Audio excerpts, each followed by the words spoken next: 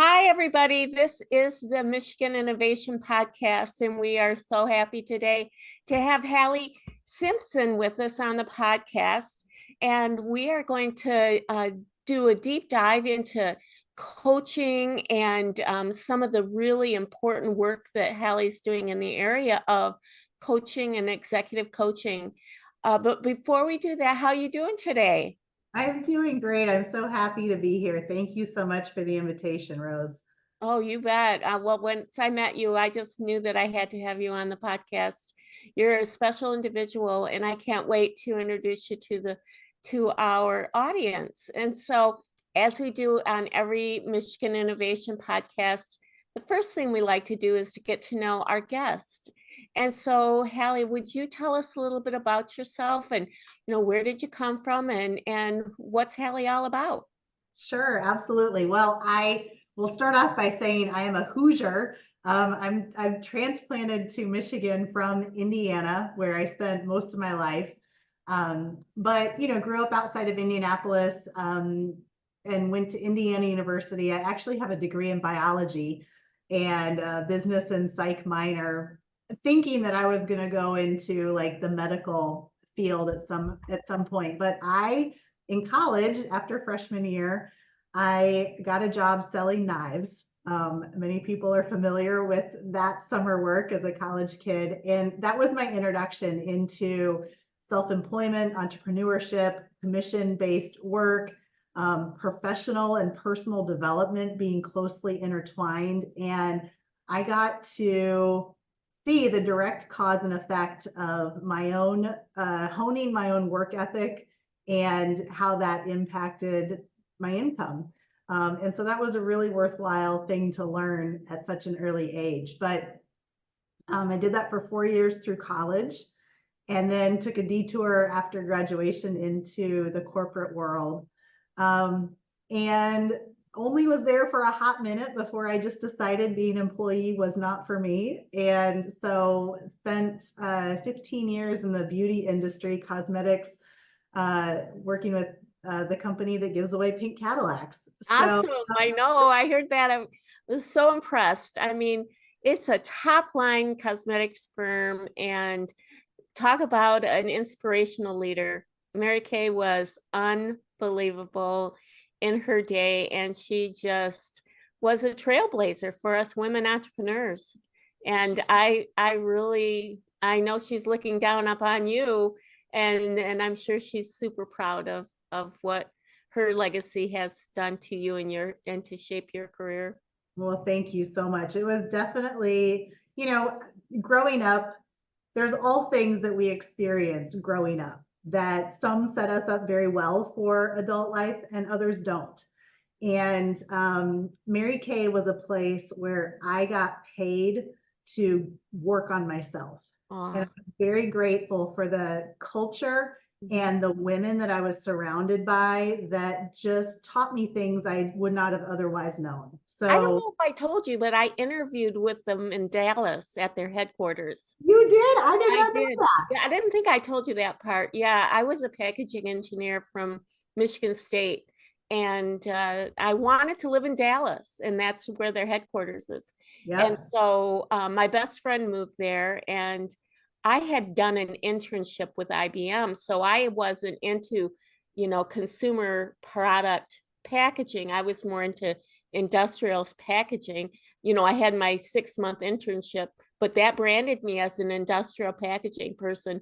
So when I interviewed for Mary Kay, I didn't fit their mold of being a consumer packaging. So I didn't make the cut there, and I went back to IBM and got my full-time job there. But I got to go into the headquarters, and I learned a lot about their background and their story. I don't even want to tell you that was 1980 I when I did love that interview, but it was an interesting era.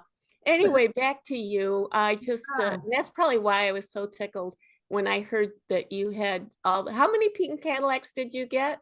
5. 5 Cadillacs. Oh, Yeah, Rose, I was awesome. so spoiled. I didn't have to buy a car until I was like right around 40.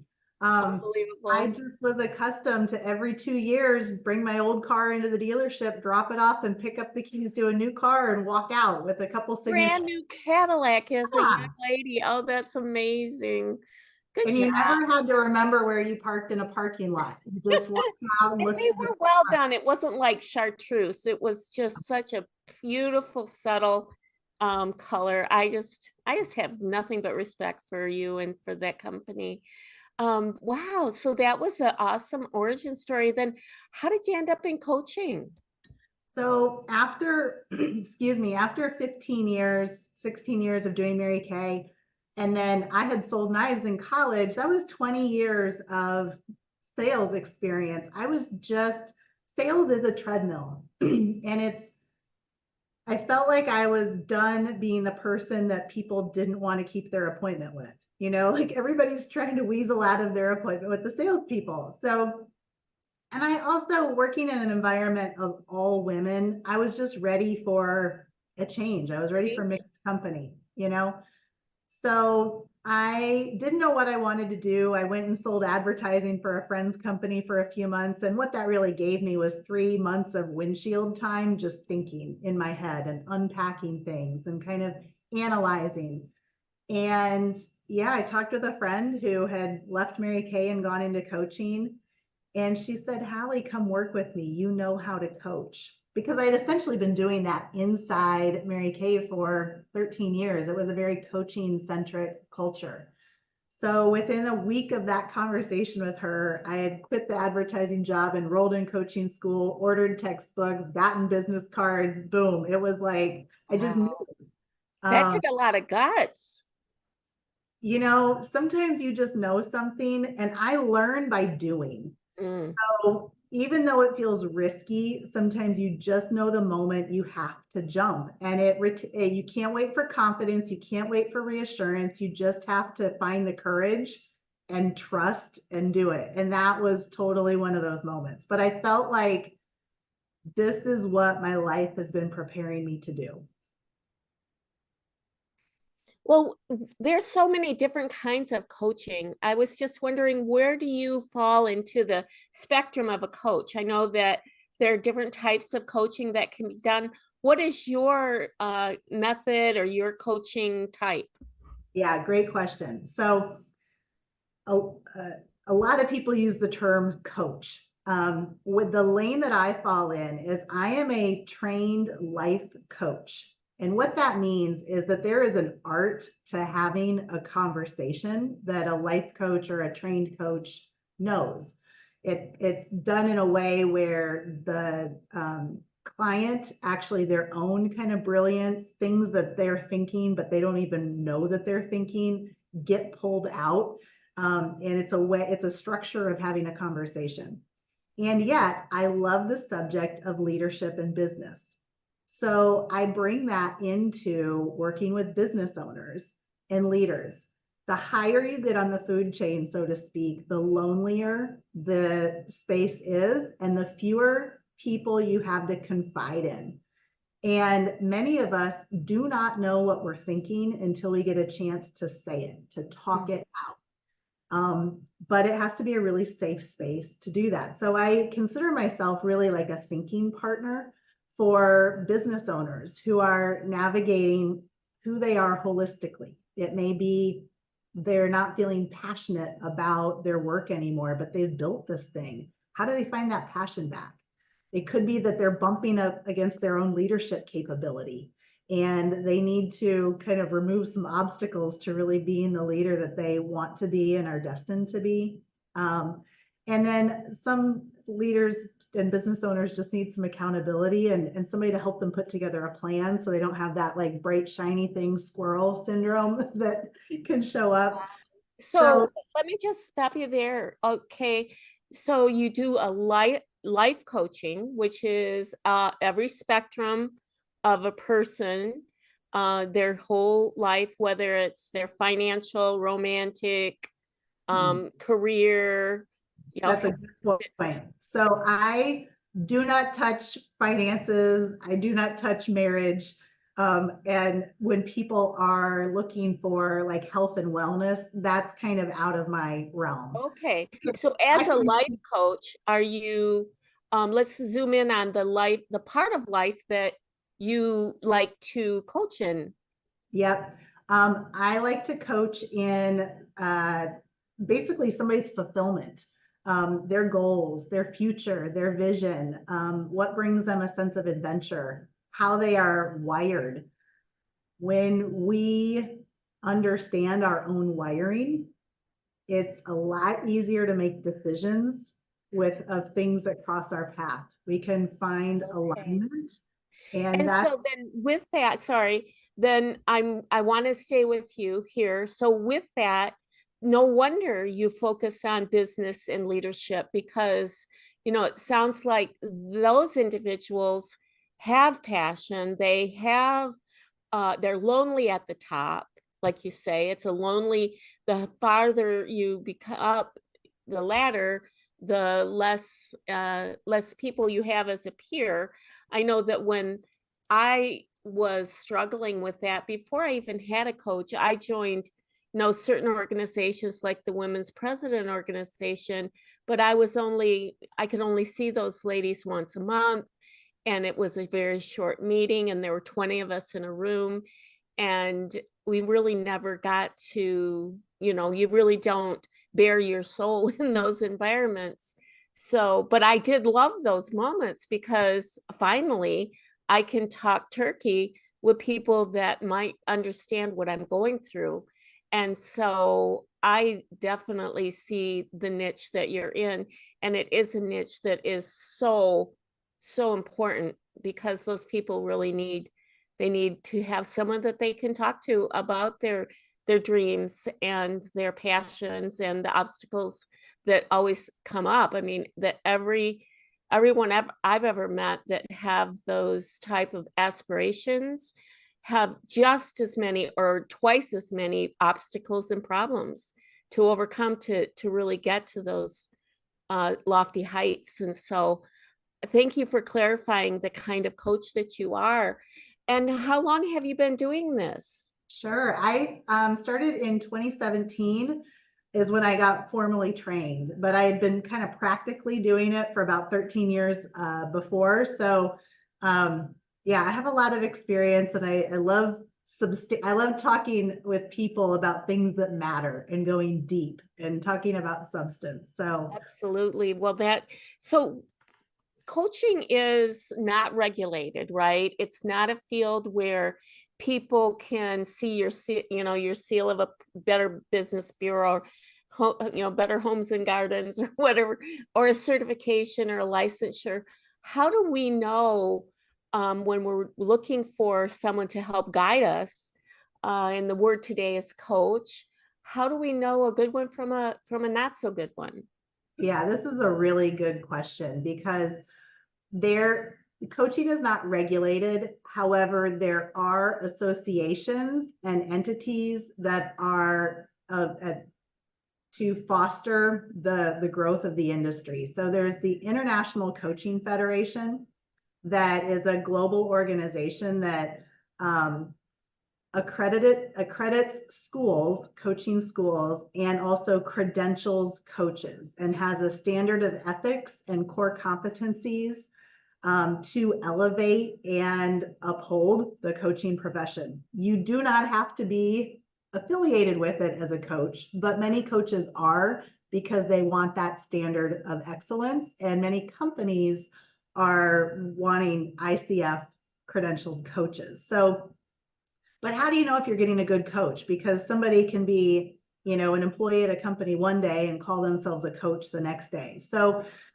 I think it's important that when you are looking for a coach, one, you ask that coach some questions to understand their background. Things like, how did you arrive at this profession? What's your experience or what's your education?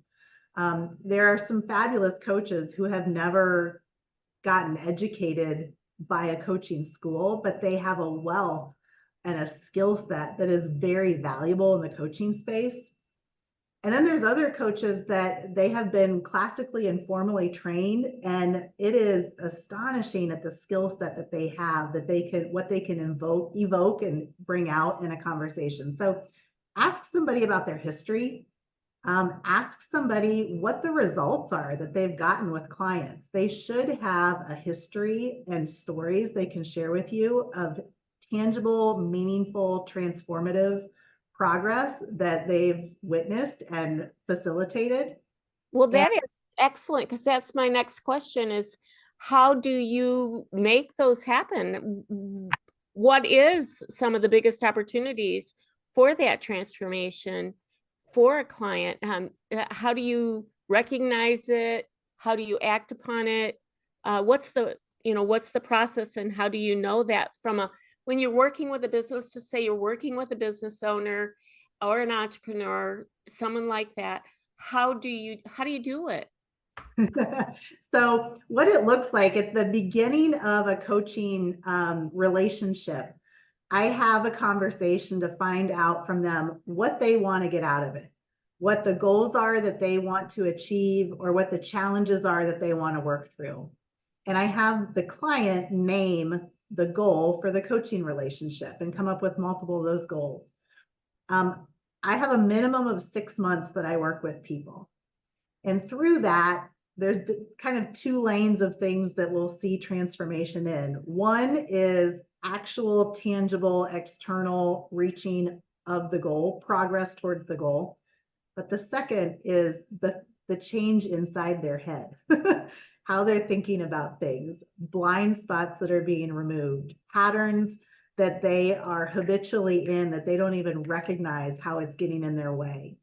And about 2 to 4 months into a coaching relationship is when the needle starts to move and people feel differently inside. Their stress level changes, the feeling of progress that they're wanting is coming. And sometimes then the goal actually changes because they realize what the original goal was right. They Wow, some clarity, they move really further down the amazing. path and realize it's a different goal. So yeah, so That there's is something. lots of opportunities. Well, that just makes me, do you have of course, don't name any names, but do you have any examples or any stories you're willing to share with us about a transformation? Sure. Let's see, which one comes to mind? Well, one is a client that I've worked with for about 5 or 6 years now. When I first started working with him, he was a solopreneur. He had at once owned a different company and had about 30 people working for him and had some PTSD from leading a team that large. Mm. And this new company, he was hesitant about growing it. Now he has about 25 people that work for him. Wow. And we reframed his thinking and got rid of some of the fears and the beliefs that he was holding on to that were preventing him from growing. Wow. We also started him thinking about, he's a family man, and we started thinking about where his family is going to be 5 years, 10 years from now, and how to set up his business to support the growth that his family would need financially and with his schedule. So now I coach his leadership, and then I do some training and coaching for his Wow. emerging leaders. Oh, So that's awesome. yeah, it's been really cool to see his business just You're explode. definitely an extension of his team now. Yes, very much so. Oh, and I bet you're very invested, Mm-hmm. really invested in their success. Yeah, I am.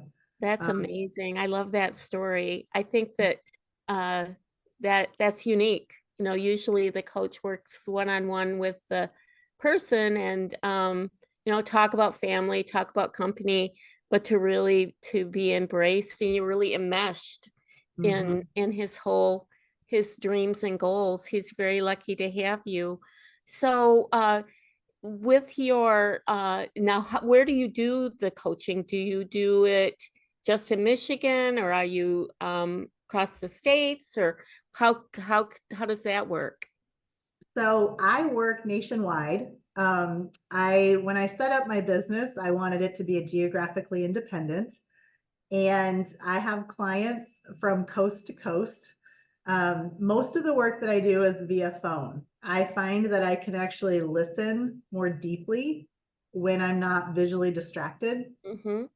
But there are instances where having face-to-face interactions or a Zoom meeting is beneficial for brainstorming and kind of having a whiteboard, so to speak, to work with. Mm-hmm. But then I also do retreats. I have one-on-one coaching retreats where clients can come to me in Traverse City, and it would be a 3-night, 2-day private coaching retreat to just pluck somebody out of all the hustle and bustle of their daily life and let them think and plan and decompress and welcome creativity.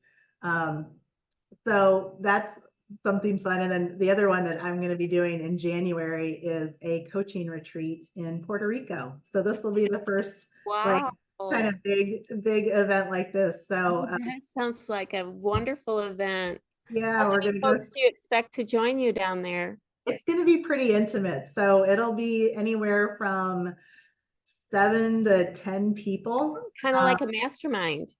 A little bit, yes. And it's going to be right on the beach in Puerto Rico, and it'll be a little bit of mastermind, a little bit of creating some discomfort and getting people out of their comfort zones. And Oh, that sounds awesome. Sounds yeah, fun even.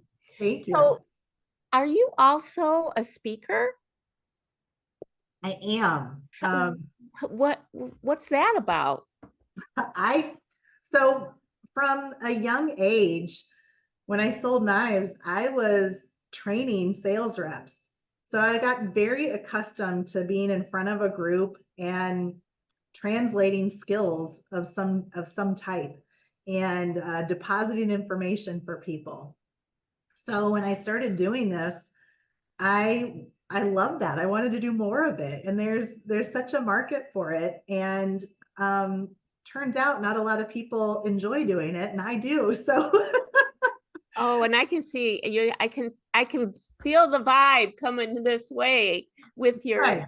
You have that effervescence and charisma that it takes to be a speaker. And what are some principles that you feel are important for our world to embrace? Like, what are your messages when when you are asked to speak? And if you could, sometimes you're asked to speak on this, speak on that, but if you were able to speak and they said, hey, we just want you to fill an hour, Yep. what would you prefer to speak about? So lately, I have been fascinated and sort of cleansing my brain, so to speak, of this hustle culture that's out there. I think it's very a common thing that people talk about: hustle and work hard and be disciplined. And those are all words that many times people have internal conflict with. Usually when people talk about discipline, they go, I have to be more disciplined, or I'm not disciplined enough. And what comes out is self-shaming. It's things that, it gets them in this negative cycle and usually not feeling really good about themselves. And so I think that there's healthier ways and different ways of thinking about things that actually remove some of that shame and internal tension. So I really love the term being dedicated to something instead of disciplined. Mm. Dedication speaks to hope. It speaks to lifelong commitment. It speaks to the being, committed to the entire journey and allowing missteps and little failures along the way because you're going long term rather than day in and day out perfection. I That's think, a really good distinction. There is a distinction between discipline and destiny, or what did you call it? Dis dedication. Dedication. Yeah. If I'm dedicated, that's more of my heart and my soul rather than my, shame or I have to do this. Mhm. and it's hard and I have to, rather than I'm going to get this thing done. I'm dedicated to it. Like I'm dedicated to my family. I'm Yep. dedicated to my husband, my wife. I'm dedicated to this company. It's got a very different, I completely understand where you're coming from. And I do agree that there's a lot to be said for hard work, Mhm. but there is something to be said on the mindset, like you say, about going about that hard work. It's really very cool. I love that. That Thank makes you. a lot of sense. It really Thank you. does. So I was just wanting to ask you, Haley, what else would you like us to know about your coaching business? And, how do we get a hold of you? What if someone wants to work with you? They're interested in just maybe learning more about you. How can we help? How can we find you? Absolutely. So my name, Halle, Halle Simpson. It's pretty unique. But I've got a website, hallesimpson.com. You can also search for me on Instagram and LinkedIn and Facebook. Um, and I encourage people that if they have never worked with a coach before, have a complimentary consultation. A coach who is really knows what they're doing and will oftentimes offer a complimentary conversation. And I set aside 90 minutes to get to know somebody, to find out what it is that they want to work on and give them the experience of coaching with me. It's actually a mutual interview. It's both of us seeing if there's synergy in the conversation and that could birth the results and the growth that somebody wants. So it's as much for me as it is for them to see if it feels like a fit. And I'm happy to extend that to your listeners. Oh, wow, that's so generous. That's a long time too. 90 minutes is a lot. So I bet they walk away with some action items. They do. People walk away with something tangible that can move the needle forward in a place they've been stuck. That's very, very important. And I think that's so valuable. The area of coaching is so popular these days. And so I would encourage, but there's a lot of people that just are kind of standing back. First thing I always thought when I first considered a coach is me, like me, a coach for me. Why would I do that for me? As an employer, I always was trying to, I need to get my programmers a certification in, Java, or I need to get, my HR person certified in SHRM, or I needed to, but when it came down to me, I would take myself off to maybe an American Management Association class on M&A or something like that. But my first thought of getting a coach for myself, it was really sort of, I felt a little bit, I don't know what to say, how I can say this, but I felt like I didn't deserve it. I felt like I need to spend this money on my team. I need to spend this money on, something to do with accounting. Um, but I had to overcome that. Yes. I had to overcome that. Hey, maybe I am worth it. I don't Mhm. know. Do you run across that ever? All the time. We feel imposter syndrome. We feel like it's indulgent. We feel, That was it. I think okay. that was the word I was trying to find. It's that, am I being, making me, because back in the day it was just professional athletes that had a coach. And so who do I think I am, Michael Jordan? you know I'm just trying to run my little business here. I'm no Michael Jordan needing a coach. And maybe I'm just aging myself, but I just didn't understand why. But they're so valuable. I've had coaches. I can't say enough about coaches because Mhm. they've helped me through so many different challenges in life. And I definitely look forward to, working with you in the future if possible. But I just wonder if any of the folks out there in the audience might feel that way. How do you help them overcome that? Yeah, well, you have to be willing to be coachable for the coaching to work. So if you are going, I am not worthy, or this is not going to be worth it, then that could inhibit the effectiveness of coaching. But I would say have a complimentary consultation, have that first phone call, and show up being as vulnerable as you know how to be. The more vulnerable you can be, that's going to be a confidential space that you have, but you will get to experience what the transformation is like. It's one thing to hear about it from somebody else. It's another thing to feel the obstacle that you are intimately familiar with move. Hmm. And that is the biggest proof in the pudding. And what a coach does is it helps to accelerate you moving beyond where you are. Wow, And that's so inspiring. you So buy time, yeah. accelerate time. It's You worth it. accelerate your success. Wow. Well, that's a great way to wrap up the podcast.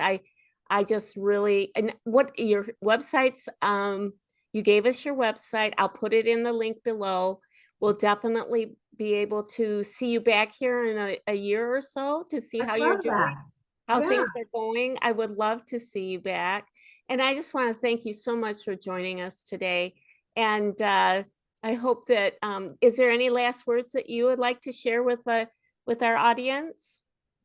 I would just say go do something that takes you out of your comfort zone, because it will shift your perspective on things that you might not even know are related to it. Oh, well said. Awesome. Well, with Thank that, you. we are going to close out this Michigan Innovation Podcast, and we'll see you next time. Bye. Thanks, Rose.